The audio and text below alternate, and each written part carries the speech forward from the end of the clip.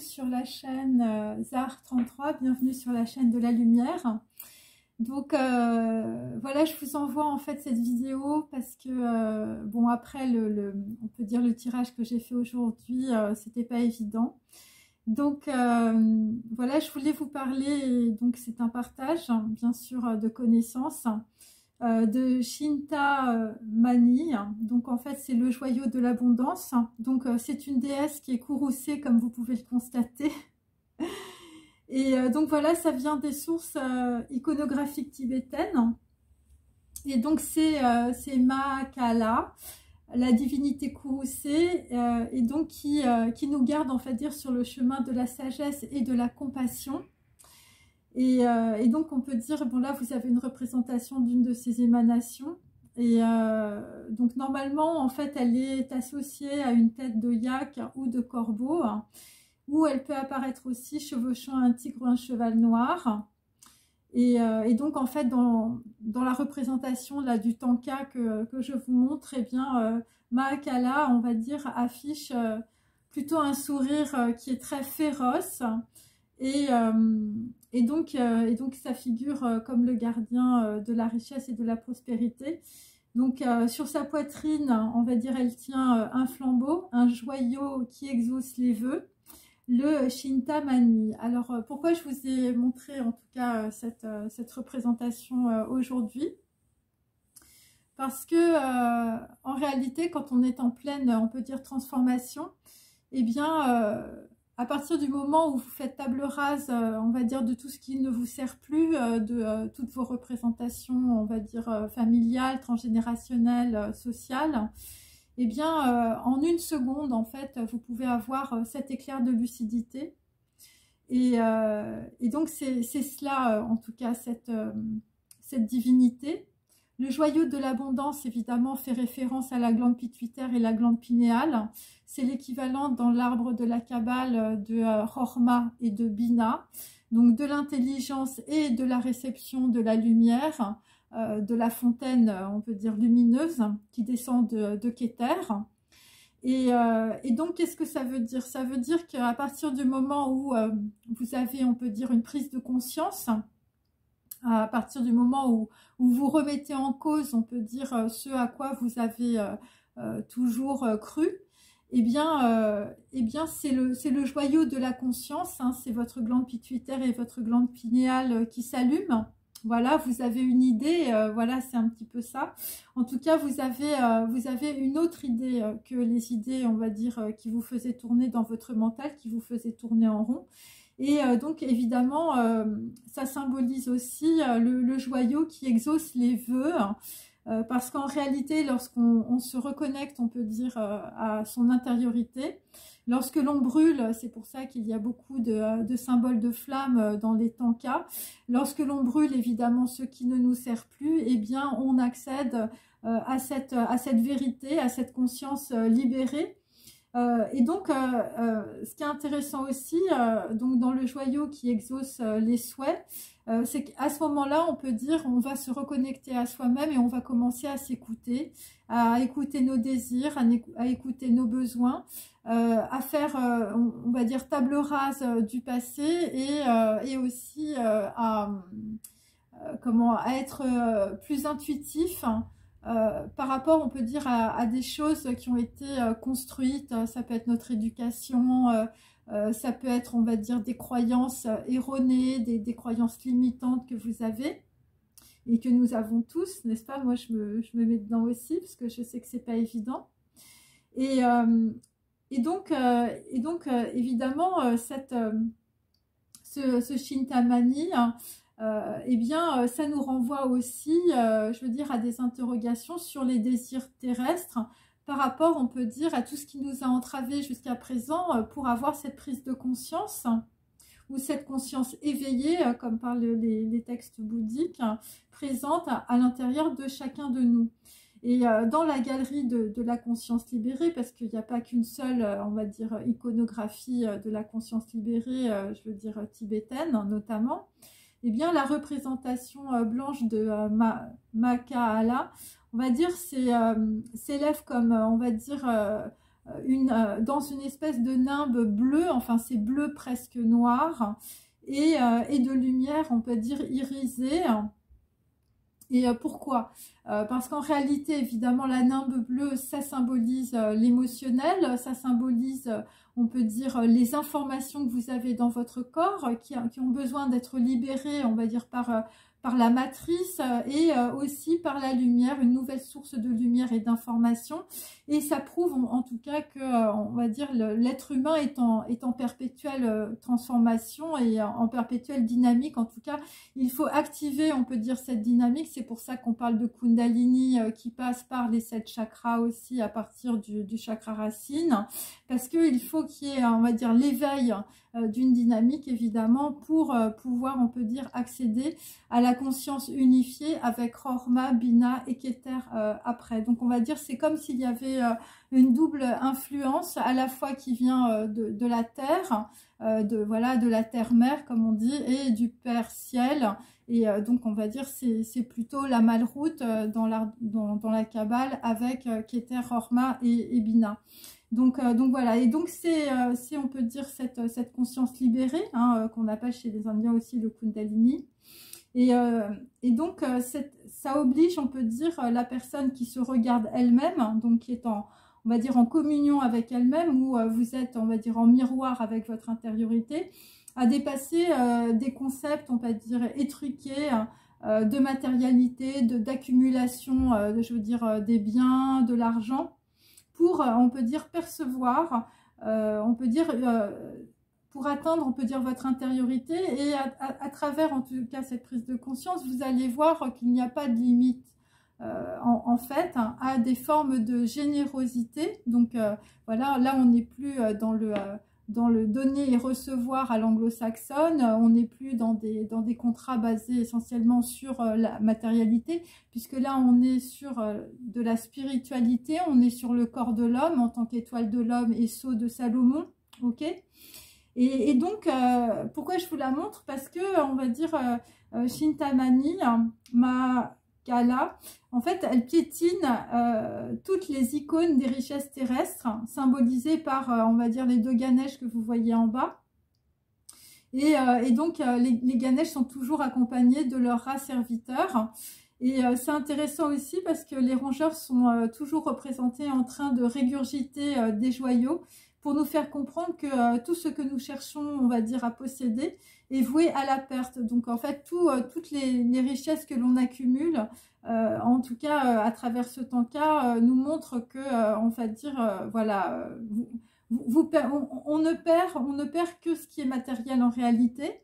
Et ce que l'on garde, c'est ça que ça veut dire, c'est on garde en tout cas la richesse que l'on a à l'intérieur et aussi cette capacité, si vous voulez, à toujours, on peut dire, créer des choses par soi-même. C'est un petit peu ça ce que ça veut dire, voilà. Donc, on va dire que les représentations célestes, elles participent évidemment à la dramatisation du processus, évidemment, de transformation, et aussi de tous les moyens, évidemment, pour y parvenir. Et donc, bon, alors évidemment, c'est une iconographie tibétaine, donc voilà, on est un peu dans le côté un peu grimaçant, mais en réalité, en tout cas, je veux dire, dans la réalité, enfin, ça va beaucoup plus loin, c'est-à-dire que bon, ils ont dramatisé un petit peu le visage et tout ça, mais ce que ça veut dire, c'est que symboliquement, je veux dire, c'est quelque chose de très dur, de très éprouvant. Voilà, c'est pas, comme je le dis souvent, c'est pas bisounours. Et donc, cette transformation, en fait, hein, elle est faite pour, on va dire, percevoir l'existence que nous avons, en fait, de nous-mêmes. Et donc, on va dire, à travers le joyau de l'abondance, hein, de Chintamani, hein, eh bien, on perçoit en tout cas la vision alchimique, on va dire, de la délivrance du soi. C'est, on va dire, c'est la richesse authentique de ce que nous avons à l'intérieur de nous. Hein. Et donc, cette richesse authentique, cette sincérité, on peut dire, la toucher ou l'extérioriser qu'à travers de la générosité. Donc, à travers, on va dire, le don de soi aux autres, par exemple, à travers différentes actions. Voilà, tandis que il y a aussi autre chose, c'est on peut dire, quand vous comprenez en fait qu'il y a des gens qui n'ont pas eu, on peut dire, cet éveil ou qui n'ont pas eu cette prise de conscience, eh bien, il y a une vision, on peut dire, de compassion, alors ou de vision compatissante, mais en fait, c'est mal traduit. En tout cas, moi, je trouve que c'est mal traduit, parce que la vision compatissante, on peut dire, de personnes qui on va dire qui n'ont pas eu, on peut dire, cette générosité du cœur, c'est la compassion de l'univers, comme je vous le dis, souvent, en fait, il n'y a pas de pitié dans l'amour. Donc, c'est pas être, c'est pas prendre les personnes, on peut dire, pour, on va dire, des victimes. Quand on parle de vision compatissante, c'est au contraire leur donner la possibilité d'évoluer par eux-mêmes sans être obligés, on peut dire, de prendre les gens pour des prothèses ou de toujours, on va dire, simuler voilà, du mensonge pour, on peut dire, se faire aimer. Et donc voilà, donc c'est pour ça aussi, il ne faut pas se tromper dans, on va dire, les concepts notamment bouddhiques, hein, de vision de compassion ou de vision compatissante, hein, parce que c'est vrai, quand on a cette vision là, cette vision que je viens de vous décrire, eh bien cette vision en fait nous libère de toute forme d'attachement matériel, qui symbolise aussi, on peut dire, voilà, voilà, d'appauvrissement, de choses comme ça. Et parce que en fait l'être humain, il a besoin d'être dans son intégrité, dans son intériorité, dans son authenticité. Et, donc quand on peut dire on a cette loi pour soi-même, eh bien on l'a aussi pour les autres. Et c'est ça aussi qui permet aux autres d'avoir, je veux dire, cette capacité de transformation. Si vous, en fait, vous n'êtes pas capable de vous transformer par rapport à cette vision de compassion, qui, on va dire, est l'émanation d'une certaine forme de générosité dans vos actions, eh bien, les personnes qui sont en face de vous, même si elles n'ont pas, on peut dire, ce processus de transformation alchimique, eh bien, elles ne pourront pas, on peut dire, se développer. Donc, quand quelqu'un, on va dire, a une prise de conscience ou a un éveil ou, je veux dire, a une vision, on peut dire, de compassion vis-à-vis d'autres personnes, c'est pas pour les rabaisser ou quoi que ce soit, c'est au contraire pour les élever et pour que eux aussi ils aient cette capacité, on va dire, de transformation et d'évolution. Et donc, en fait, dire de cette manière-là, par ce processus alchimique, eh bien, vous vous débarrassez de toutes les réalisations, on peut dire, psychiques, spirituelles, matérielles. Et donc, c'est de cette manière-là, on peut dire, qu'on est en pleine, on va dire, régénérescence de soi. Alors, les textes bouddhiques, ils parlent de renaissance dans le monde de la grande abondance de Bouddha. Et donc, évidemment, puisque, on va dire, ce qui génère tout ça, évidemment, c'est la compassion telle que moi, je l'explique, hein, c'est-à-dire sans aucune pitié pour ce qui concerne, en tout cas, l'amour. L'amour, c'est l'unité, hein, bien sûr. Donc, on n'est pas dans la dualité, on n'est pas là en train de faire des compromis, voilà. Et donc, on peut dire de cette, on va dire, transformation, de ce changement, on peut dire, d'alchimie, eh bien, sont exclus évidemment l'avarice et la peur. Et donc, c'est intéressant parce que c'est vraiment les deux, on va dire, les deux points, on va dire, de dégoût, si vous voulez, ou les deux points qui empêchent, on va dire, les êtres humains de se transformer, c'est la peur. Donc, c'est toutes les croyances, on va dire, de survie. Hein, voilà, c'est donc on va dire, dans la réalité, vous vous mariez avec un homme parce qu'il est riche et donc pour les hommes, par exemple, vous vous mettez avec une femme parce que voilà, elle est belle, elle a de l'argent, elle a du pouvoir. Donc ça, c'est que on va dire, des conditionnements, on va dire, de soumission, voilà, ou de représentation, ou c'est votre éducation, d'accord? Et puis, le deuxième point, c'est l'avarice. Parce que l'avarice, c'est dans tous les domaines. C'est pas simplement de l'avarice matérielle, c'est aussi être avaricieux dans ses sentiments. C'est voilà, c'est être cupide, mais au niveau du sens du geste. C'est voilà, c'est des gens qui n'ont aucune générosité d'âme, et on va dire tout geste, toute action, toute pensée est toujours muée par, on va dire, une forme d'intérêt quel qu'il soit. Et donc, lorsque on va dire, on fait comme Chitamani, hein, lorsque vous passez le portail de la transformation, et eh bien, on peut dire on va dire toutes les formes de richesse matérielle qui sont accumulées sont abandonnées, et donc seule la richesse spirituelle, on va dire, est bénéfique, hein, évidemment. Bon, après, on est dans une vision évidemment céleste, et donc, ce qui est intéressant, bon, alors après, dans tous les textes bouddhiques, évidemment, bon, ils parlent évidemment que, évidemment, toutes ces richesses matérielles sont abandonnées le jour de notre mort, mais en réalité, c'est aussi pour nous faire prendre conscience que les transformations, en fait, sur nos croyances, en fait, on peut évidemment les faire avant, et de cette façon, eh bien, ça nous affranchit de toute la tyrannie, de notre tyrannie, on peut dire, intérieure, mais aussi des tyrans de l'extérieur, et de tous les attachements, on peut dire, émotionnels, culturels, d'éducation, familiale et matérielle.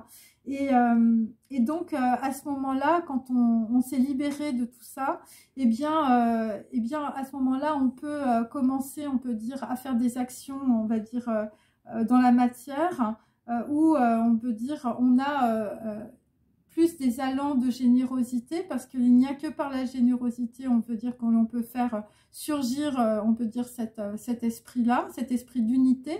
Et dans cet esprit d'unité, on peut dire, on peut le faire partager aux autres. Et de cette façon-là, on va dire, déjà vous sortez de la souffrance. Et on peut dire, par effet de domino, eh bien, les personnes autour de vous, on va dire, sortent aussi de la souffrance. Donc, voilà. Et c'est quelque chose qui est... voilà, qui n'est pas quantifiable. C'est quelque chose qui est sensible. Et donc voilà, c'est bon. Et on va dire, c'est bon. Alors on parle beaucoup aussi d'abandon à la générosité. Voilà, parce qu'en fait, ça veut dire aussi qu'on laisse tout le côté, on peut dire, de la matérialité, mais c'est pas simplement laisser votre argent et laisser vos biens. C'est pas ça. C'est plus que ça, en fait. C'est quand on est capable, on va dire, de tout laisser, et pour une idée. C'est un choix, c'est comme un chemin, si vous voulez. Vous avez le chemin de la matérialité et vous avez le chemin de la spiritualité.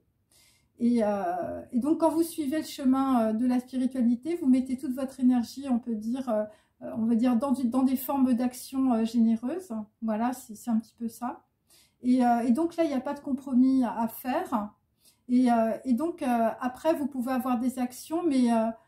même des actions matérielles, mais à condition, on peut dire, que la finalité de votre action et de votre idée, on va dire, primordiale, soit toujours, on peut dire, basée sur la générosité et un partage, on va dire, égal avec les personnes qui sont autour de vous.